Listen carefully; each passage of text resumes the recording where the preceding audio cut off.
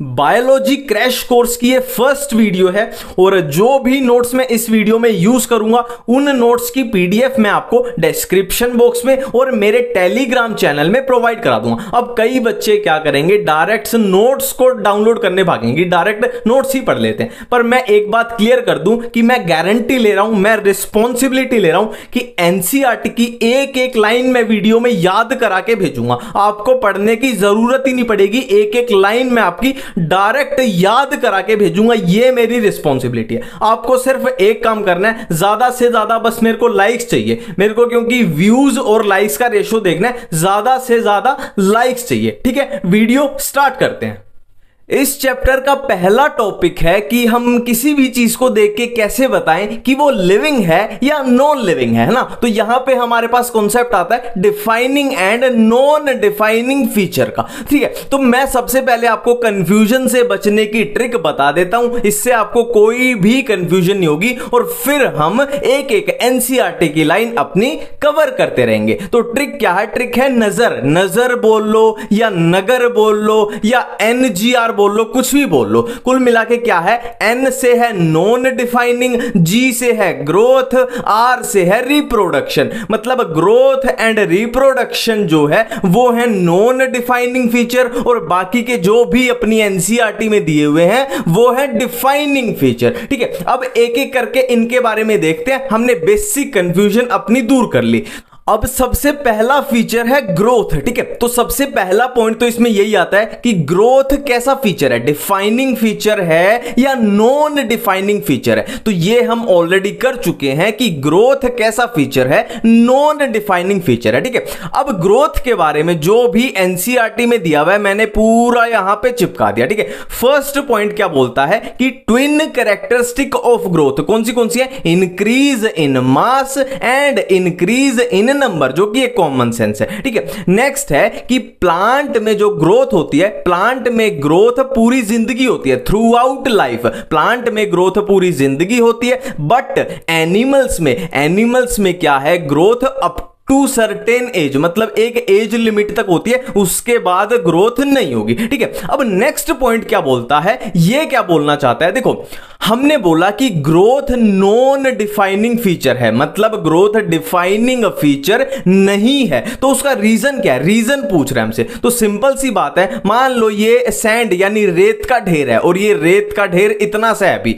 और एक साल बाद ये रेत का ढेर इतना बड़ा हो गया है ना। हवा से जैसे है ना, हवा चली तो इसमें सैंड पार्टिकल जुड़ते गए और एक साल बाद ये इतना बड़ा हो गया। ठीक है, तो हमने क्या बोला था? Twin characteristic of growth. अब देखो, इसमें मास भी इंक्रीज हो गया है ना, मास भी इंक्रीज हो गया और नंबर भी, सैंड पार्टिकल्स के नंबर भी इंक्रीज हो गए, मतलब यहां पे भी ग्रोथ हो गई। तो क्या हम इसको लिविंग बोल सकते हैं? बिल्कुल भी नहीं बोल सकते। ये रेत है, सैंड पार्टिकल्स है, ये लिविंग नहीं है। तो हमने क्लियरली बोल दिया कि ग्रोथ डिफाइनिंग फीचर बिल्कुल भी नहीं है, क्योंकि नॉन लिविंग थिंग्स भी ग्रोथ कर पा रही है। पर यहां पे एक पॉइंट आता है कि ग्रोथ फ्रॉम इनसाइड, मतलब ये देखो, ये नॉन लिविंग थिंग है, इसने बाहर से ग्रोथ की, बाहर से पार्टिकल आके जुड़ते गए। पर यहां पे एक इंपॉर्टेंट पॉइंट है कि ग्रोथ फ्रॉम इनसाइड, मतलब अंदर से ग्रोथ को defining feature of living beings बोला जा सकता है। ग्रोथ के बाद नेक्स्ट फीचर है रिप्रोडक्शन। तो रिप्रोडक्शन के बारे में पहला पॉइंट तो अपना यहीं पे क्लियर है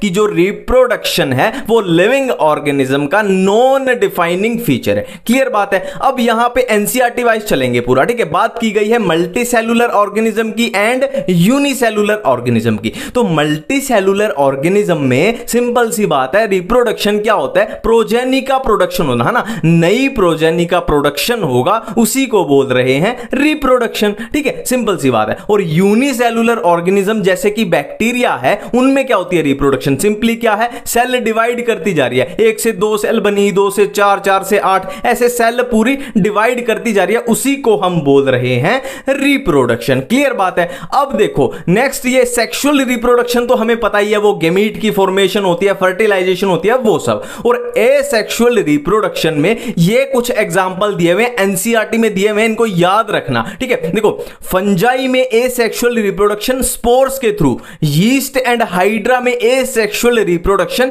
बडिंग के थ्रू, और प्लानेरिया में एसेक्सुअल रिप्रोडक्शन रीजनरेशन के थ्रू। ये याद रखना, ठीक है।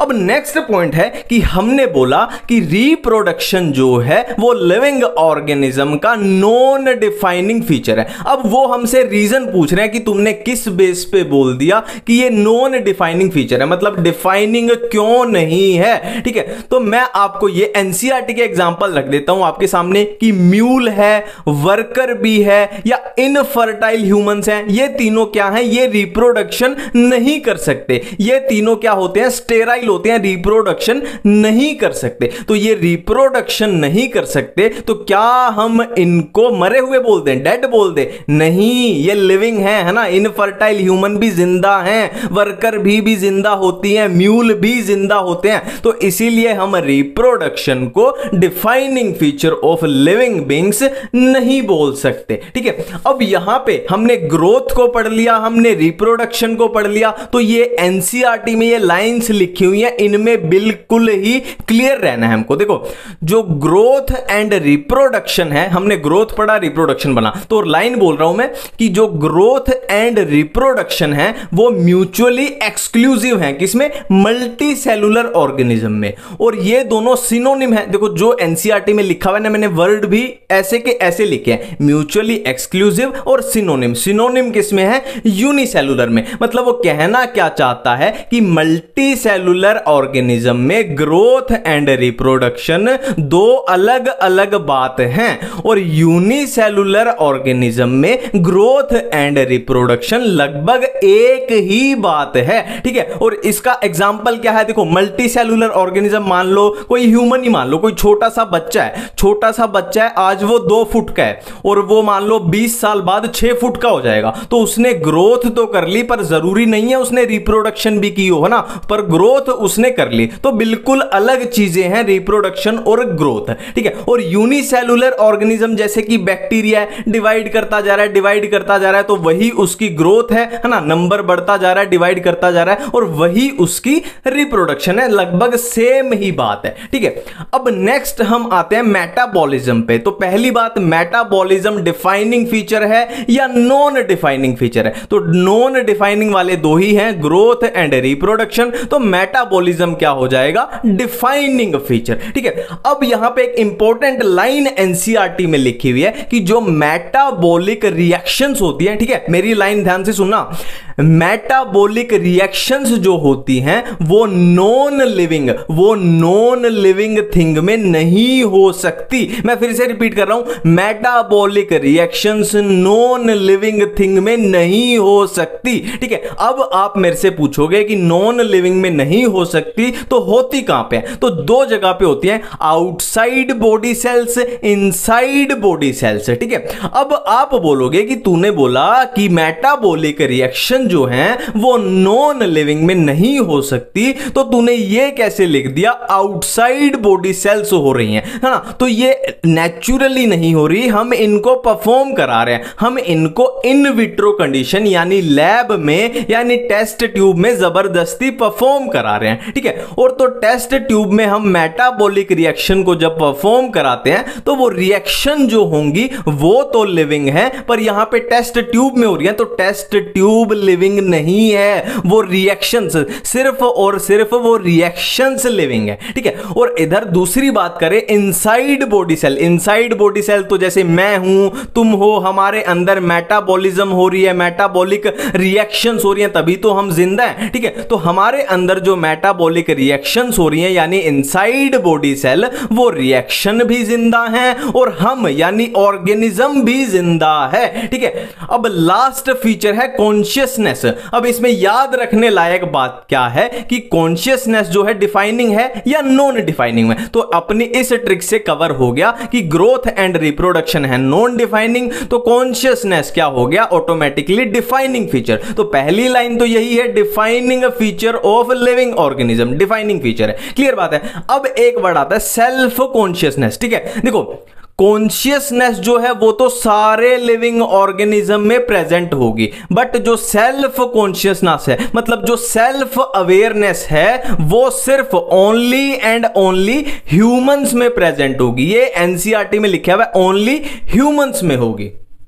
अब हम चलते हैं इस चैप्टर में आगे की तरफ। तो आगे की तरफ चलने पे हमें एक चीज मिली, क्या? बायोडायवर्सिटी। तो सबसे पहले बायोडायवर्सिटी होता क्या है? देखो बायो मतलब लिविंग ऑर्गेनिज्म और डायवर्सिटी मतलब उनकी डायवर्सिटी। सिंपल सी बात है, ठीक है। मैं आपको एक एग्जांपल बताता हूं। देखो इस दुनिया में कितने सारे एनिमल्स हैं, बहुत सारे एनिमल्स हैं। अब उन एनिमल्स में भी कोई कोर्डेट्स हैं, कोई नॉन कोर्डेट्स हैं, ठीक है। और कोर्डेट्स में भी कोई मैमल्स हैं, कोई रेप्टाइल्स है, कोई एम्फीबियंस है, और मैमल्स में भी कोई ह्यूमंस हैं, कोई एलिफेंट है, कोई टाइगर है। तो कितनी सारी स्पीशी हैं, कितनी सारी वैरायटी हैं। तो इसी को बोल रहे हैं हम बायोडायवर्सिटी, ठीक है। अब आपको ये डाटा याद रखना है क्योंकि ये एनसीईआरटी में दिया हुआ है। क्योंकि जो डिस्कवर हुई है, देखो जो डिस्कवर हुई है, टोटल स्पीशी जो डिस्कवर हो चुकी है वो कितनी है? 1.7 to 1.8 मिलियन, ठीक है। अभी वो रॉबर्ट मे वाले में मत पढ़ना, 7 मिलियन वाले में, वो हम इकोलॉजी में देखेंगे।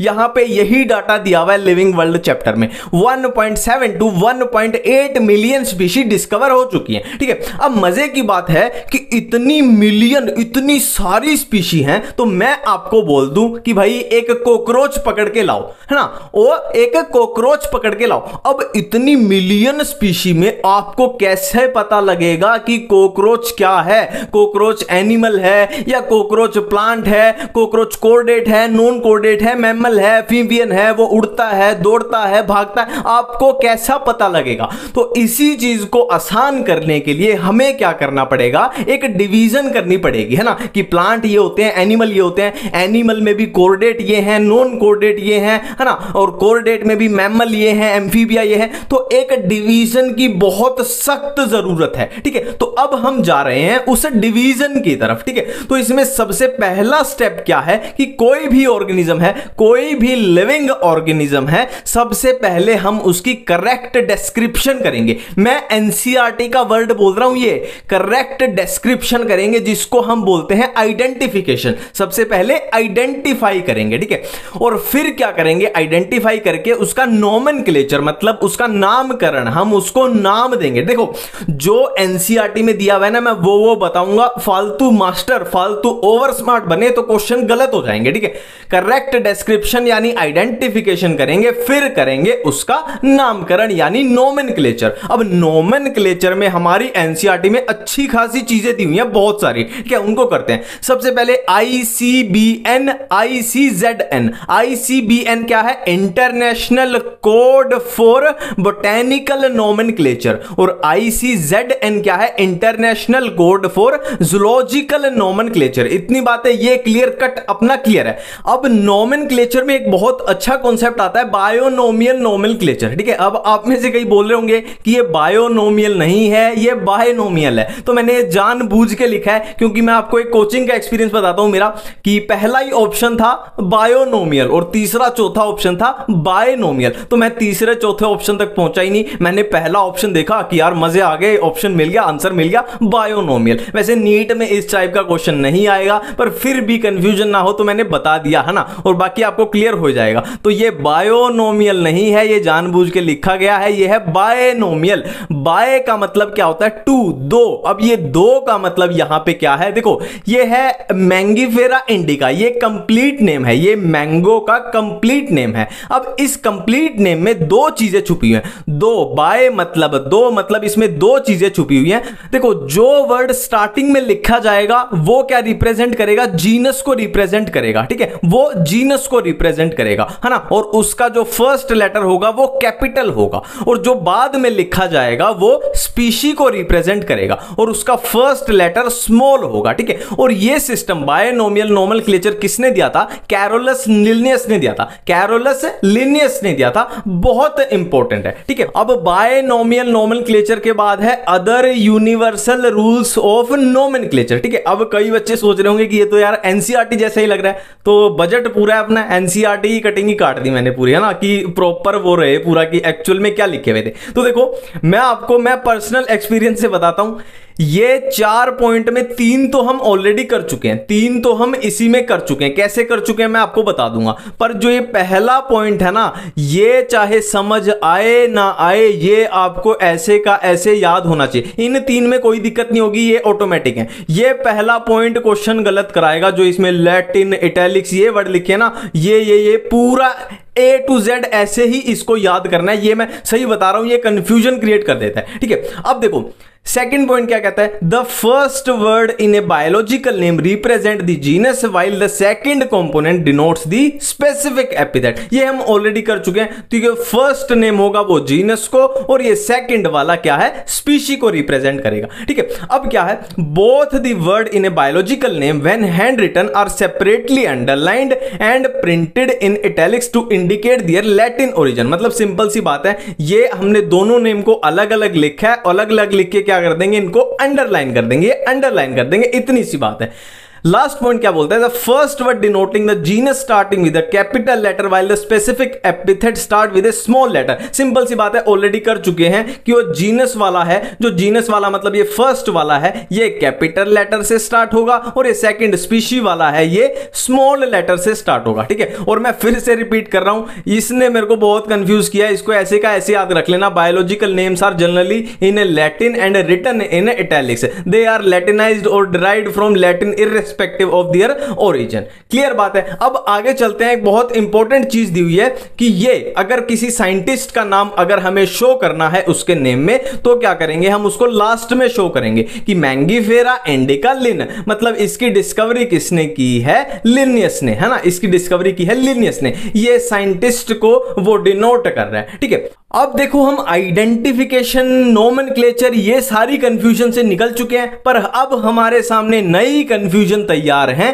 कैरेक्टराइजेशन, क्लासिफिकेशन एंड टेक्सा, ठीक है। अब इन कंफ्यूजन से कैसे बचना है, तो सिंपल सी है, पूरी एनसीईआरटी की लाइन चिपकाई गई है कि based on characters organisms are classified into different taxa. अब या तो इसको याद करते रहो या इसको समझ लेते हैं। देखो ये एक ऑर्गेनिज्म है, ये एक ऑर्गेनिज्म है, तो मैं आपको बोल रहा हूं कि ये ऑर्गेनिज्म दौड़ सकता है, ये ऑर्गेनिज्म सांस लेता है, ये ऑर्गेनिज्म भाग भी सकता है, ठीक है। तो आप इजीली बता दोगे, है ना, ये प्लांट तो बिल्कुल भी नहीं है क्योंकि ये दौड़ सकता है, भाग सकता है, तो ये एक एनिमल होना चाहिए, ये एक एनिमल होना चाहिए। तो हमने दौड़ना, भागना, सांस लेना, ये सब क्या थे, इसके कैरेक्टर्स थे, ये सब इसके कैरेक्टर्स थे। तो हमने बेस्ड ऑन कैरेक्टर्स इसको, इस ऑर्गेनिज्म को क्या कर दिया, क्लासिफाई कर दिया। Organisms are classified into different taxa,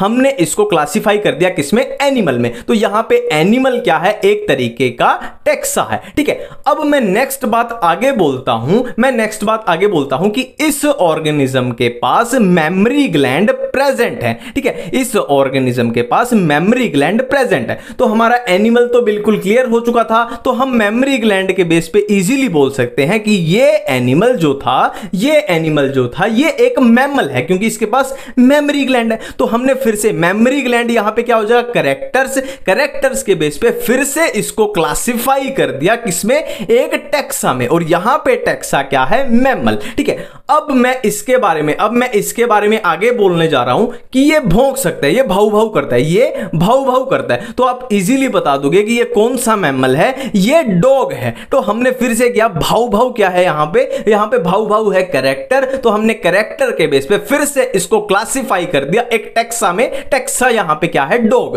तो अब मैं एनसीईआरटी की एक लाइन बोलने जा रहा हूं कि टेक्सा जो है वो डिफरेंट लेवल्स पे हो सकता है, मतलब एनिमल भी टेक्सा है, मैमल भी टेक्सा है, डॉग भी टेक्सा है। टेक्सा एक तरीके के रैंक है और ये डिफरेंट लेवल पे हो सकता है। तो हमें कैरेक्टराइजेशन भी पता लगी, है ना, दौड़ना, भागना, भाव भाव करना, मेमोरी ग्लैंड, कैरेक्टराइजेशन भी पता लगी, हमें क्लासिफिकेशन भी पता लगी और हमें टेक्सा भी पता लग गया, ठीक है। अब ये जो भी हमने किया, ये जो भी जड़ी बूटी सामग्री हमने की, मिला जुला के की, हम यहां पे टेक्सा तक पहुंच गए। इस सब को मिला जुला के क्या बोलते हैं, टेक्सोनोमी। इस सब को मिला जुला के क्या बोलते हैं टैक्सोनॉमी। अब यहां पे एक बहुत इंपॉर्टेंट चीज आती है सिस्टमैटिक्स, ठीक है। हमने क्या देख ली, हमने टैक्सोनॉमी देख ली कि क्या होती है। अब टैक्सोनॉमी में हमने कहीं भी इवोल्यूशनरी हिस्ट्री की बात नहीं की, है ना, मतलब किसी भी ऑर्गेनिज्म के पूर्वज क्या है ना, हमने उसकी बात नहीं की थी। तो अगर टैक्सोनॉमी के साथ इवोल्यूशनरी हिस्ट्री की बात की जाए, मतलब उसके पूर्वजों की बात की जाए, तो उसको क्या बोल देंगे, सिस्टमैटिक्स। सिस्टमैटिक सिंपल क्या है, टैक्सोनॉमी प्लस इवोल्यूशनरी हिस्ट्री, ठीक है। अब लास्ट में इसी के साथ में एक पॉइंट दिया हुआ है कि एक बुक थी, उस बुक का नाम क्या था, सिस्टमा नेचुरा। उस बुक का नाम था सिस्टमा नेचुरा और उसको किसने लिखा था, कैरोलस लिनियस। कैरोलस लिनियस ने लिखा था। नेक्स्ट अब हम आते हैं टैक्सोनॉमिकल हायरार्की की तरफ। देखो इसकी आपकी पहले से कोई ट्रिक है तो बहुत अच्छी बात है, और अगर नहीं है तो सिंपल सी ट्रिक बताता हूं। जो कोहली है वो क्रिकेट खेलता है कहां पे, फ्लैट ग्राउंड सरफेस पे, ठीक है। कोहली फ्लैट ग्राउंड सरफेस पे क्रिकेट खेलता है। Kohli pledge cricket on flat ground surface. Kohli pledge cricket on flat ground surface, simple है, ठीक है। अब क्या हो जाएगा, देखो के से किंगडम, पी से फाइलम, सी से क्लास, ओ से ऑर्डर, एफ से फैमिली, जी से जीनस, एस से स्पीशीज, ठीक है। अब यहां पे एक चीज ध्यान रखेंगे, जो पी से हमने फाइलम किया है, फाइलम होता है एनिमल्स के लिए। एनिमल किंगडम में हम करते हैं ना फाइलम अर्थ्रोपोडा, फाइलम एनिलिडा, ठीक है। और प्लांट्स में क्या हो जाएगा, फाइलम की जगह डिवीजन, प्लांट्स में हो जाएगा डिवीजन हो जाएगा। क्लियर बात है, ठीक है। अब इनके बारे में जो एनसीईआरटी में पहरा दिए हुए हैं कि ऑर्डर के बारे में दिया हुआ है, फैमिली के बारे में, फाइलम के बारे में, जीनस के बारे में, ठीक है, उनमें जो याद करने की चीजें हैं मैंने पूरा उसका जूस निकाल दिया, ठीक है। जैसे स्पीशी से स्टार्ट करते हैं। स्पीशी में याद करने की चीजें क्या है, बहुत सिंपल है। देखो ये कुछ साइंटिफिक नेम एनसीईआरटी में दिया हुआ है, इसमें सिंपली हमें क्या बताना है कि इसमें स्पीशी क्या है ना। देखो मैंगीफेरा इंडिका में इंडिका जो है स्पीशी डिनोट कर रहा है। सोलेनम ट्यूबरोसम में जो ट्यूबरोसम है वो स्पीशी है, और इसमें लियो स्पीशी है, और इसमें सेपियंस जो है वो स्पीशी है। क्लियर बात है। नेक्स्ट स्पीशी के बाद आते हैं हम जीनस में। अब जीनस में जो याद करने की चीजें एनसीईआरटी में है कि जो पैंथरा है, पैंथरा क्या है, यहां पे जीनस है। अब पैंथरा जीनस में कौन सी स्पीशी है, Panthera leo, Panthera pardus, Panthera tigris. Leo क्या है, लायन, और पार्डस क्या है, लेपर्ड, और टिग्रिस क्या है, टाइगर। और इधर सोलेनम, सोलेनम क्या है, सोलेनम है जीनस, और सोलेनम जीनस में क्या क्या आता है, पोटैटो, ब्रिंजल। ये एनसीईआरटी में जो दिया हुआ है मैं उसी टाइप से लिख के आपको बता रहा हूं, ठीक है। जीनस के बाद हम आते हैं फैमिली में। अब इसमें याद करने की चीजें एनसीईआरटी में क्या दी हुई है, देखो ये हमारे पास सोलेनेसी फैमिली है ना। तो ये जो जीनस है कौन से, सोलेनम जीनस है, पेट्यूनिया जीनस है, धतूरा जीनस है। ये तीनों जीनस किसमें आते हैं, सोलेनेसी फैमिली में। और इधर बात करें अगर फेलिस एक जीनस है, पैंथरा एक जीनस है, तो ये दोनों किसमें आएंगे, फेलिडी फैमिली में। फेलिस में क्या आती है, कैट आती है, और पैंथरा में क्या आ जाएंगे, टाइगर आ जाएंगे, है ना। तो बोलते हैं ना वो बिल्ली मौसी होती है, शेर की मौसी होती है बिल्ली, तो इसीलिए बोलते हैं कि इनकी फैमिली सेम है। और डॉग कौन सी फैमिली में आता है, कैनिडी फैमिली में, ठीक है। तो फैमिली के बाद हम चलते हैं ऑर्डर पे। देखो जो ये दो फैमिली है कौन सी, कन्वोल्वुलेसी, ठीक है, कन्वोल्वुलेसी ये फैमिली, और सोलेनेसी फैमिली, ये दोनों फैमिली किस में आएंगी, कौन से ऑर्डर में आएंगी, पॉलीमोनियल्स में आएंगी, पॉलीमोनियल्स, ठीक है। अब एक नेक्स्ट है फेलिडी और कैनिडी। फेलिडी में क्या आएंगे, अपने देख लिया ना हमने, कौन से आएंगे, टाइगर, लायन, ये सब कैट, और कैनिडी में डॉग। ये सारे, ये फैमिली और ये फैमिली कौन से ऑर्डर में आएंगी, कार्निवोरा ऑर्डर में आएंगे, ठीक है। अब नेक्स्ट है क्लास। देखो ये प्राइमेटा ऑर्डर है, कार्निवोरा ऑर्डर है, तो ये ऑर्डर किस में आ रहे हैं, मैमेलिया क्लास में आ रहे हैं, मैमेलिया क्लास, ठीक है। अब तक जो हमने किया तो उनसे हमें क्लियर हुआ कि जैसे देखो फॉर एग्जांपल बहुत सारे जीनस होंगे एक फैमिली में, और बहुत सारी फैमिलीज होंगी एक ऑर्डर में, बहुत सारे ऑर्डर होंगे एक क्लास में, बहुत सारी क्लास होंगी एक फाइलम में। क्लियर है इतनी बातें। अब यहां से अगर मैं बोल दूं कि हम इस ऑर्डर में जब नीचे की तरफ आ रहे हैं तो क्या हो रही है, दो ऑर्गेनिज्म के बीच सिमिलैरिटी बढ़ रही है ना। नीचे की तरफ जब आ रहे हैं तो सिमिलैरिटी इंक्रीज हो रही है। वैसे तो ये कॉमन सेंस है, पर फिर भी कोई इसमें कंफ्यूज होता है तो एग्जाम में क्विक हमारे दिमाग में आ जाए तो ऐसे याद रखना, S for species, S for similarity. तो जब हम K से S की तरफ आ रहे हैं यानी हम सिमिलैरिटी की तरफ आ रहे हैं, मतलब सिमिलैरिटी इंक्रीज हो रही है, बढ़ रही है। अब देखो नेक्स्ट, ये एनसीईआरटी में टेबल दी हुई है और इसको याद करने के लिए बच्चे बिना बात पे लंबी लंबी ट्रिक्स बनाते रहते हैं जो बाद में याद भी नहीं आती है। तो ये पूरी लगभग कॉमन सेंस पे बेस्ड है। एक दो पॉइंट बीच में ऐसे आएंगे जहां पे ट्रिक्स की जरूरत पड़ेगी, बाकी ये कॉमन सेंस से अपनी हो जाएगी। ठीक है, स्टार्ट करते हैं। सबसे पहले मैन, मैन लगा के चलो, ह्यूमन ही लगा के चलो। अब ह्यूमन का साइंटिफिक नेम सबको पता है क्या होता है, होमो सैपियंस। ठीक है, होमो सैपियंस। अब नाम हमने नोमेनक्लेचर में किया था कि इसमें होमो क्या हो जाएगा, इसका जीनस, और सैपियंस क्या हो जाएगी, स्पीशी हो जाएगी। ठीक है, अब ह्यूमन है तो हमें पता है ह्यूमन कौन से किंगडम में आएंगे, एनिमल किंगडम में। और एनिमल किंगडम में भी ह्यूमन कौन से फाइलम में आते हैं, कोरडेटा फाइलम में। और कोरडेटा में भी बहुत सारी क्लास है। कौन सी, एम्फीबिया है, रेप्टाइल है, बर्ड्स है, मैमल्स है। तो ह्यूमंस कौन सी क्लास में आएंगे, मैमलिया क्लास में। ठीक है, और ये फैमिली होमिनिडी ये किससे हो जाएगी, होमो, ये होमो से आ जाएगी। जीनस क्या है, होमो, तो फैमिली हो जाएगी होमिनिडी। और ऑर्डर प्राइमाटा, ये ऐसे याद रख लेना अगर ना याद रहे, प्राइमाटा यानी पिता माता। अब पिता माता कौन बोलता है, ह्यूमन ही बोलते हैं, जानवर तो बोलते नहीं, पिता माता। तो ये अपना क्लियर है।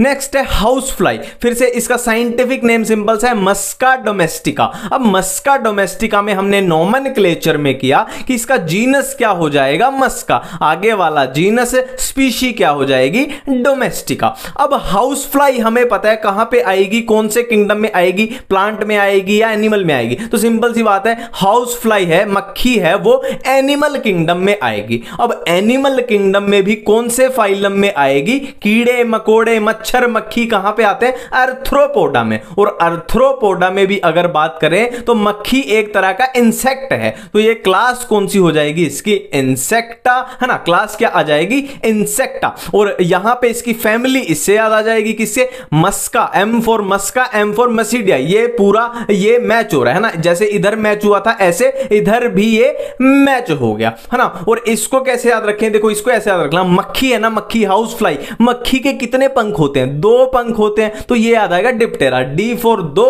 D for Diptera. ठीक है, क्लियर है। नेक्स्ट है मैंगो एंड व्हीट। देखो ये दोनों थे एनिमल और ये दोनों है प्लांट। तो एक बात तो क्लियर है, मैंगो एंड व्हीट किस में है, प्लांट किंगडम में। अब प्लांट किंगडम में भी इसकी डिवीजन करते हैं कि एंजियोस्पर्म है, जिम्नोस्पर्म है, ब्रायोफाइट है, टेरिडोफाइट, कहां पे हैं। तो दोनों क्या है, दोनों एंजियोस्पर्म है। और एंजियोस्पर्म में भी बात करें तो मैंगो जो है वो है डाइकोट प्लांट और व्हीट जो है वो है मोनोकोट प्लांट। तो इतनी बातें क्लियर है। और ये इनका नाम से हो जाएगा मैंगीफेरा इंडिका मैंगो, तो जीनस क्या हो जाएगा, मैंगीफेरा। और इधर ट्रिटिकम एस्टिवम, तो इसका जीनस क्या हो जाएगा, ट्रिटिकम। ठीक है, इतनी बातें क्लियर है। अब हमें इसके ये 2 याद रखने हैं और इसके ये 2 याद रखने हैं। तो व्हीट में तो देखो ये पोएसी याद रखने ना, पोएसी पोएल्स दोनों सिमिलर हैं, family Poaceae, order Poales. Clear बात है। अब इसको कैसे याद रखें, ये और ये, इसको ऐसे याद रख लेना। देखो मैंगो, जब हम फ्रूट खरीद के लाते हैं तो 3 बहुत कॉमन फ्रूट है, मैंगो यानी आम, अनार और सेब। आम, अनार और सेब। ठीक है, ये मैंगो, ये फैमिली अनार से याद आ जाएगी कि एनाकार्डियेसी, और सेब से क्या याद आ जाएगा, इसका ऑर्डर सेपिंडेल्स। ठीक है, ये थोड़ा सा कॉमन सेंस से इसको याद रखने की कोशिश करना। अब इस चैप्टर में हमें एक वर्ड देखने को मिलता है, टैक्सोनॉमिकल एड्स। ठीक है, ये क्या है, देखो सिंपल है, हमें किसी प्लांट या एनिमल के बारे में जानकारी चाहिए। ठीक है, हमें किसी भी प्लांट या एनिमल के बारे में जानकारी चाहिए। ठीक है, उनका रहन सहन क्या है, उनकी स्ट्रक्चर कैसी है, ये सब। ठीक है, तो हमारे पास 3 तरीके हैं, प्रिजर्वेशन, कंजर्वेशन, लिटरेचर। प्रिजर्वेशन का मतलब है डेड, कि हम डेड प्लांट या एनिमल के बारे में जानकारी लें। और कंजर्वेशन का मतलब है लाइव, मतलब हम जिंदा प्लांट या एनिमल के बारे में जानकारी ले रहे हैं। और लिटरेचर का मतलब है बुक्स इटीसी, मतलब जैसे हम किसी लाइब्रेरी में जाके कोई बुक्स में से देख लें कि हाँ भाई टाइगर कैसे कैसे रहता है, एलिफेंट कैसे कैसे रहता है, या इंटरनेट पे खोल के कुछ कुछ देख लें, तो ये सब लिटरेचर में आ जाएगा, नाम से ही कवर हो रहा है। तो सबसे पहले हम करेंगे प्रिजर्वेशन, फिर कंजर्वेशन, फिर लिटरेचर। क्लियर बात है। तो सबसे पहले हम करने जा रहे हैं प्रिजर्वेशन। ठीक है, प्रिजर्वेशन में क्या है, पहली बात तो बिल्कुल हम पहले ही क्लियर कर चुके हैं कि प्रिजर्वेशन में क्या होगा, डेड होगा। जो भी कुछ होगा प्लांट या एनिमल वो डेड होगा, ठीक है। तो प्रिजर्वेशन के अंदर आई दो चीजें, हर्बेरियम एंड म्यूजियम। अब मजे की बात क्या है, देखो हर्बेरियम इसके नाम में ही आ रहा है हर्ब, हर्ब, और हर्ब वर्ड किससे रिलेटेड है, प्लांट के। तो हर्बेरियम होता है प्लांट्स के लिए, और प्रिजर्वेशन हम ऑलरेडी कर चुके हैं, डेड वर्ड यूज करना है। तो डेड प्लांट्स के लिए हर्बेरियम, और म्यूजियम क्या है, डेड प्लांट्स प्लस एनिमल्स।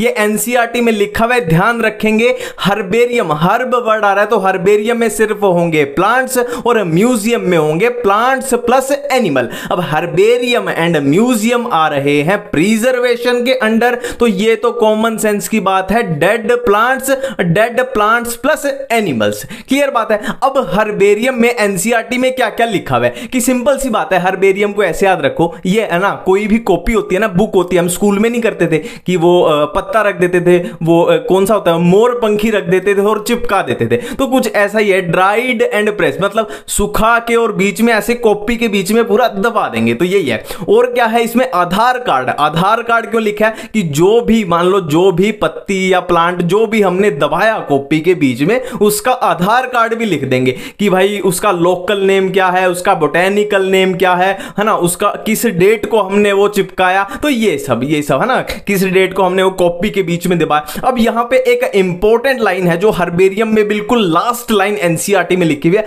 बहुत इंपॉर्टेंट है क्योंकि इसका मैक्सिमम क्वेश्चन इससे बनता है कि हर्बेरियम जो है वो क्विक रेफरल सिस्टम की तरह यूज होता है। इस पे 5 स्टार लगा लेना, हर्बेरियम क्विक रेफरल सिस्टम जैसे यूज होता है, ठीक है। और इधर म्यूजियम की बात करें तो इसमें कुछ खास है ही नहीं, वो ये है कि छोटे इंसेक्ट होंगे तो उनमें क्या है, डायरेक्ट सुई सी गाड़ के टपका देंगे उनको, और लार्ज एनिमल होंगे तो उनको थोड़ा अलग तरीके से, बाकी तो इसमें कुछ है ही नहीं, ठीक है। तो अपना प्रिजर्वेशन क्लियर है। अब हम चलते हैं कंजर्वेशन की तरफ, ठीक है। और कंजर्वेशन में क्या है, बहुत सिंपल है, हमने देखे हुए हैं तो already, zoological park and botanical garden. Zoological park क्या होता है, सिंपल चिड़ियाघर। अब चिड़ियाघर में क्या होता है, ये तो कोई याद करने की जरूरत ही नहीं है, चिड़ियाघर में जिंदा एनिमल्स होते हैं ना, प्लांट्स मत कर देना, चिड़ियाघर में क्या होते हैं, जिंदा एनिमल्स, कॉमन सेंस की बात है। और बोटेनिकल गार्डन भी कॉमन सेंस की बात है कि जिंदा प्लांट्स होते हैं। अब यहां पे जो क्वेश्चन बनता है बहुत अच्छा,